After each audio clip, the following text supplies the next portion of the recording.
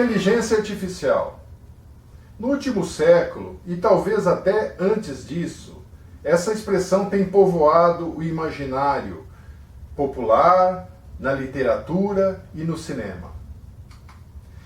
São vários exemplos. Frankenstein, Eu, Robô, de Isaac Asimov, que publicou o livro em 1950 e mais recentemente apareceu no cinema. O computador HAL 9000, do épico filme 2001, Odisseia no Espaço, de Stanley Kubrick, e muitos outros exemplos. Mas o que é inteligência artificial? Entre outras, pode-se definir da seguinte forma: a inteligência artificial busca, por meio de técnicas inspiradas na natureza, o desenvolvimento de sistemas inteligentes que imitem aspectos do comportamento humano, tais como aprendizado, percepção, raciocínio, evolução e adaptação. Talvez o primeiro pesquisador que tenha abordado esse tema de forma mais séria tenha sido Alan Turing, na década de 50. Naquela época, quando começaram a surgir os primeiros computadores e o tema inteligência artificial estava sendo discutido bastante intensamente, surgiu a questão: quando ter a certeza que um sistema artificial é totalmente inteligente? E Alan Turing propôs o seguinte experimento. Numa sala, um interrogador fazendo perguntas a um ser humano e ao sistema dito inteligente, o sistema de inteligência artificial. O interrogador não teria contato com o humano, somente as respostas por ele dadas, e da mesma forma pelo sistema de inteligência artificial. Quando esse interrogador não pudesse mais distinguir as respostas do ser humano em relação às respostas do sistema dito inteligente, ou seja, não houvesse nenhuma forma de distinção, de saber qual era o homem, qual era o elemento humano e qual era a máquina, o sistema seria considerado inteligente. Todos os sistemas de inteligência artificial se baseiam nos neurônios humanos. Em média, cada neurônio forma entre 1.000 e 10.000 sinapses, que são conexões entre os neurônios, que permitem o fluxo de processamento do cérebro humano.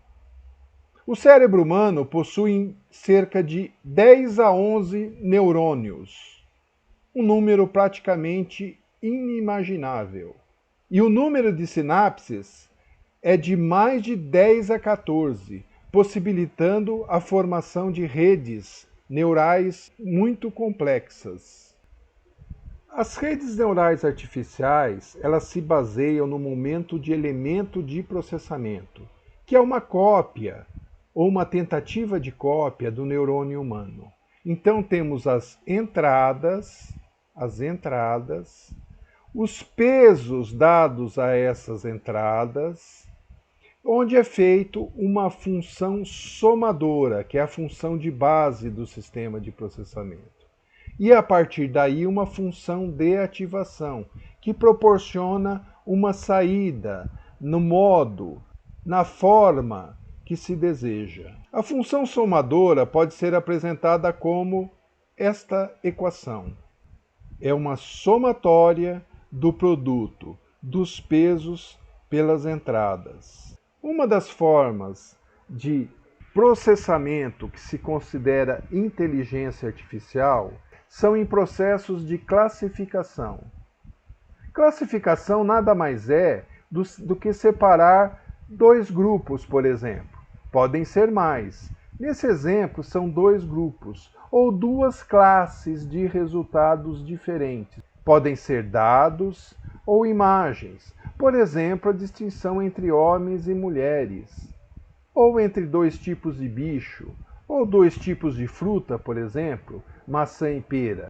Para isso, utilizaremos um sistema, um código aberto, chamado Multi-Back Propagation. Aqui vemos uma rede neural típica. Temos as entradas, que é chamado camada de entrada, e temos os neurônios de processamento, que são esses intermediários chamados de camadas escondidas. Essas camadas escondidas podem ser no número de uma camada, duas ou mais. E os neurônios em cada camada também são variáveis, o número desses neurônios. Notem, todos se conectam, todos se interligam entre as diversas camadas. E temos a camada de saída, que usaremos o sistema classificador, uma ou mais saídas diferentes. A essas quantidades se chama topologia. E a forma padrão de se determinar uma topologia é pelo número de entradas, o primeiro algarismo, separado por um traço, por exemplo, o número de neurônios na primeira camada, o número de neurônios na segunda camada e assim por diante até a camada de saída. Como exemplo, para aplicarmos no sistema de classificação, no Multi-Back Propagation, utilizaremos um dataset proveniente do Hospital de Wisconsin, que estuda o tratamento de câncer na mama. Essa base de dados foi disponibilizada pelo Dr. William, do Hospital da Universidade de Wisconsin, em Madison, Wisconsin, Estados Unidos. A área é saúde humana, o número de amostras 569. No nosso estudo utilizamos 50% para treino e 50% para teste. O número de atributos ou variáveis de entrada nesse banco de dados são 30. Diversos parâmetros de exames efetuados. Por exemplo, tamanho do tumor, cor do tumor, quantidade de gordura no sangue e assim por diante. E os tumores foram classificados, ou seja, as saídas foram maligno, para onde foi atribuído o valor 0. Os sistemas de redes neurais trabalham com valores numéricos. Então, a saída aqui no sistema foi determinado como 0 no caso de maligno e 1 para o caso de benigno. Na distribuição de amostras, foram 357 benignos, diagnósticos de tumor benigno, ou seja, 1, e 212 para malignos, ou seja, 0. Esse estudo é bastante relevante em todas as regiões. No Brasil, há uma estimativa que em 2019 apareceram 59.700 novos casos de câncer de mama no Brasil. No mundo, foram 2,1 milhões de novos casos que acarretaram 627 mil mortes, isso ao longo do ano de 2018.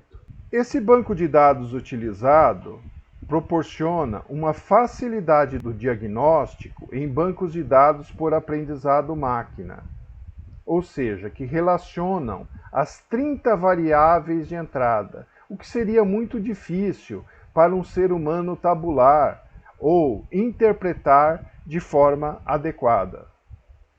Aqui vemos como o banco de dados foi coletado. Esse banco de dados, esse volume de dados, tem que ser formatado de uma maneira adequada, por exemplo, separado por espaços e em colunas, de forma que possa interpretar os dados de entrada adequadamente e relacioná-los às duas saídas possíveis. Aqui vemos o exemplo de uma topologia. No caso desse banco de dados, sempre o primeiro número, como falamos, serão os dados de entrada, ou seja, nesse caso 30. Na primeira topologia que testamos, utilizamos uma segunda camada neural com 15 neurônios, ou seja, a primeira camada escondida, e a segunda camada escondida com 5 neurônios, e a saída. Utilizamos uma taxa de aprendizado de 0,7 e um critério de parada com RMS, taxa RMS, ou seja, a diferença menor que 0,05, ou seja, uma precisão de 5%. Isso em relação ao resultado esperado. E aqui vemos um gráfico RMS para 377 épocas de treino, que foi processado em 5 segundos. As linhas em vermelho nos mostram as saídas obtidas, comparadas com as linhas em preto, que são as saídas esperadas. Notem que há um ponto em que elas tendem a se convergir. A partir desse ponto, elas se separam. A isso se chama overfitting. O sistema ficou muito especializado nos dados de treino. Aqui vemos as saídas obtidas comparadas com as saídas esperadas. Isso durante o treino. Nesse gráfico fica difícil a visualização, e aqui nos testes. Mas em numérico fica bem mais fácil. Então nós temos aqui as saídas esperadas para as diversas leituras e a saída encontrada. Notem, os valores, no caso de um benigno, estão bem próximos, ou seja, dentro daquela precisão com erro menor que 5%. Da mesma forma, para o diagnóstico maligno esperado de 0. Então, os valores encontrados foram muito próximos, uma taxa de sucesso que podemos considerar da ordem de 100%. E aqui são os pesos. O Multiback Propagation, MBP, proporciona também a saída em pesos, de forma de se generalizar o processamento ou a importância de cada parâmetro de entrada em pesos e se generalizar através de uma equação. Pode-se obter uma equação do sistema. Aqui vemos por uma outra topologia em que aumentamos tanto o número de neurônios como o número de camadas escondidas. Também para nível de comparação nos mesmos parâmetros, com a mesma taxa de aprendizado e até se obter um RMS, ou seja, uma diferença, um erro menor que 5%. E aqui vemos as épocas, vemos os valores esperados e os valores obtidos. Aqui o overfitting apareceu antes. Aqui vemos as saídas e da mesma forma fica mais fácil comparar com resultados numéricos. Percebam, mesmo aumentando expressivamente o número de neurônios e de camadas, a precisão no diagnóstico se manteve muito próxima. Então, aqui são os pesos obtidos. Aí fizemos uma topologia, um estudo com uma topologia mais reduzida.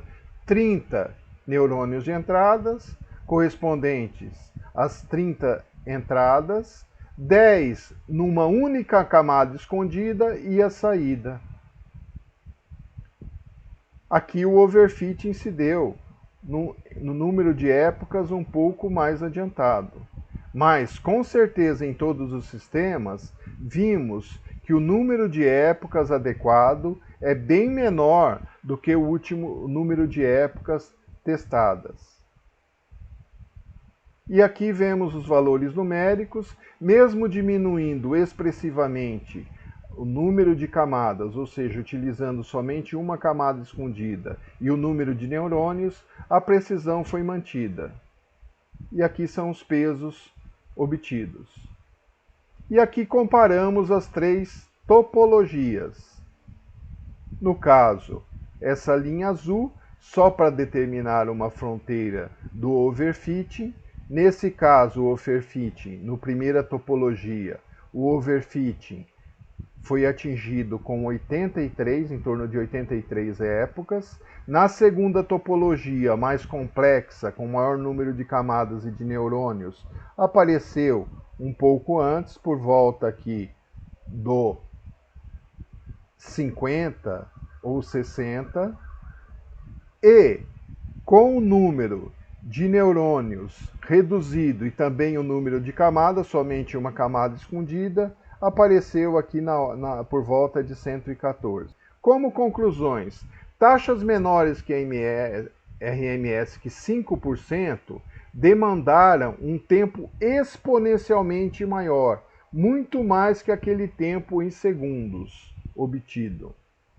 Apesar da taxa RMS configurada para 5% no treino, nos resultados de teste, o melhor resultado foi em torno de 8%, provavelmente ou conclusivamente devido a termos superado aquela faixa de número de épocas em que se dá o overfit, ou seja, todos os testes foram feitos com um sistema de aprendizado de classificação na faixa de overfitting.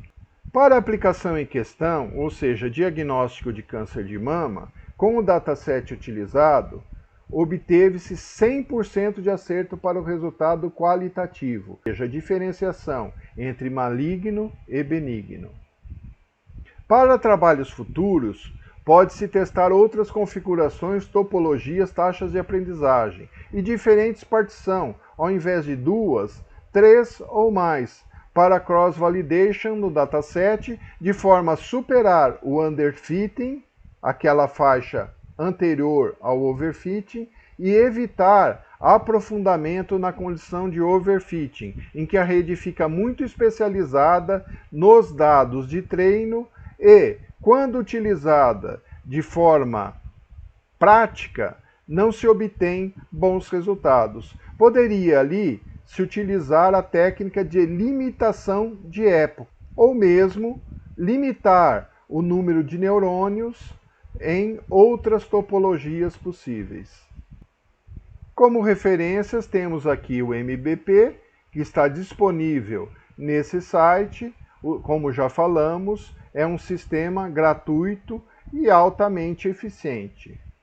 E também utilizamos as obras de Nunes e de Holberg como base desses estudos. Agradeço a atenção e até a próxima.